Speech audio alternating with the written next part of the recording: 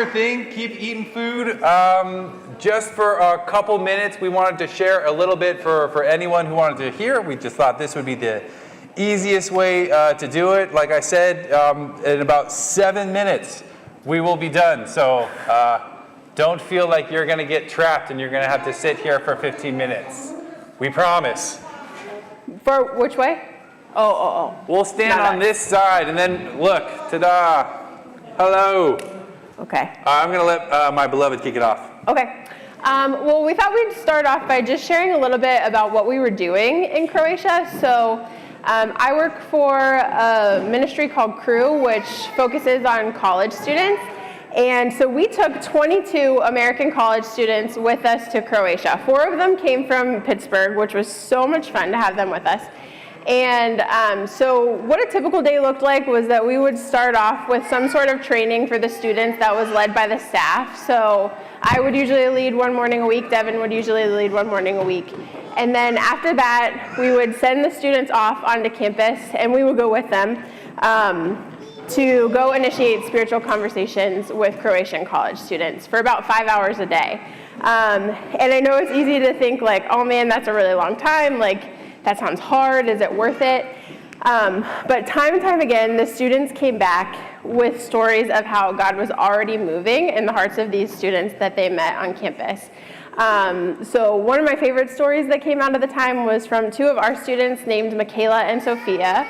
Went out together one afternoon. They were on one of the campuses, and they were just walking around looking for people to talk to. It was kind of a lull, like kind of a dead time on campus. But there were 2 different girls sitting by themselves on 2 separate benches. And so they were standing there and they decided to pray, Lord, show us who you want us to talk to.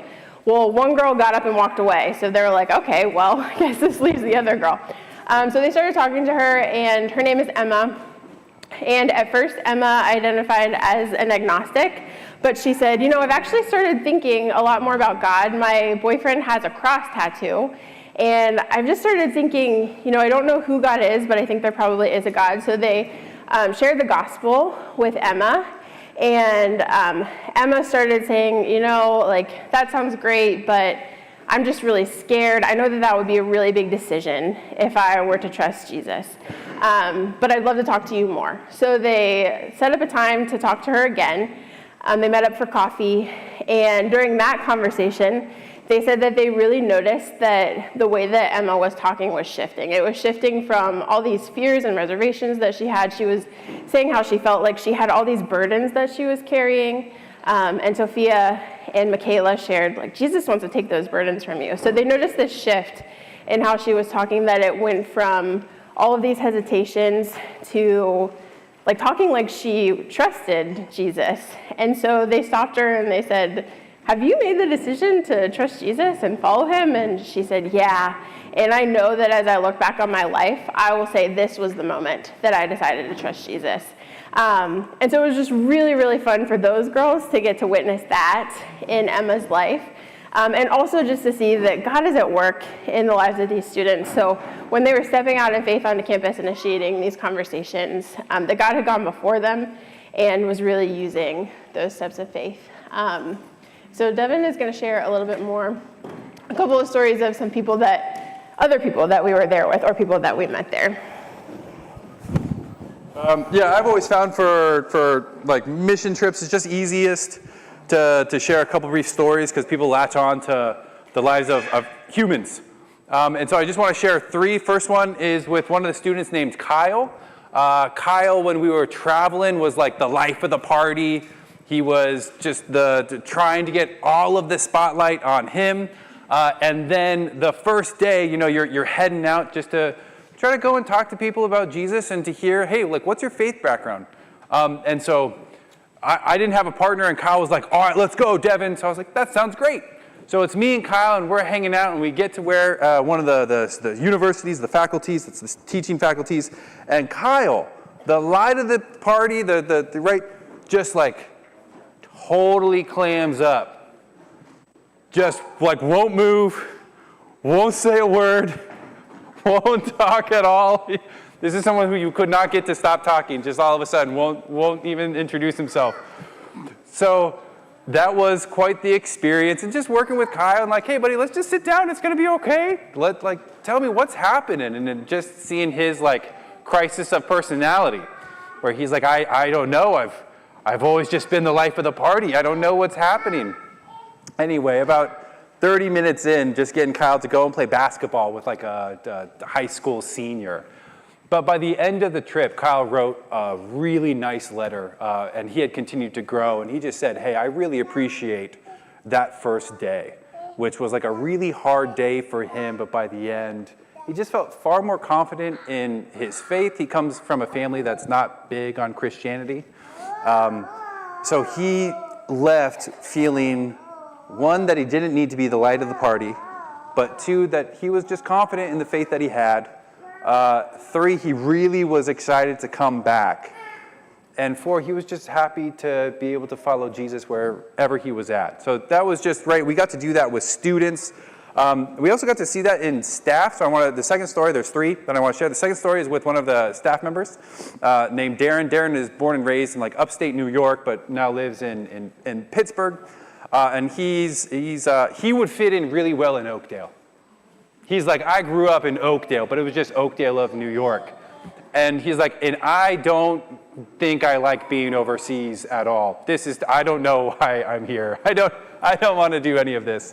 And I ended up hopping in on a tram, and I was at the last car, and he actually ended up being in the very front of the car because we got off on at different times. And he ended up sitting next to a man on the subway or the tram that reminded me so much of what it's like being in San Francisco and riding on public transportation in San Francisco, which just means you will have people who are just screaming at the top of their lungs about who knows what.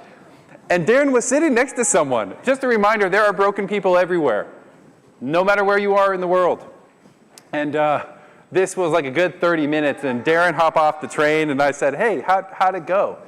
And he shared this story. He's like, I feel so convicted by the Lord because I had in my ears my praise music about how holy, holy, holy, and oh yes, and I'm so excited to praise Jesus. And I was so upset about that man who was sitting next to me because he was interrupting my worship time. And then I felt like the Lord just smacked me across the face and said, this is your neighbor. What are you doing worshiping me and refusing to love your neighbor? And Darren was like, and at that moment, I feel like I got it about having a heart for the nations. You have a heart for the world. You have a heart for whoever is beside you. And it was, I'm really grateful for that man. It was cool just to see and listen to his humility. And then my last story is a Croatian, Dino.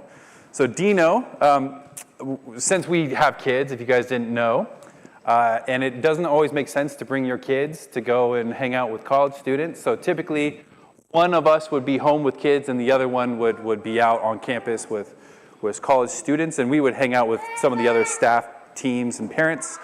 And we went to a coffee shop, and the guy who serves drinks, I didn't know his name until Sunday. We went to church.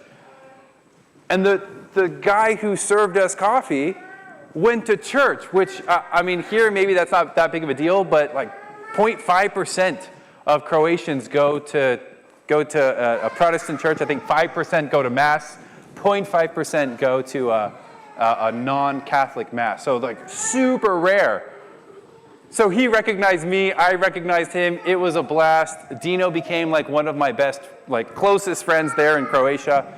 And one day I took just the boys, no other staff, they were doing other stuff.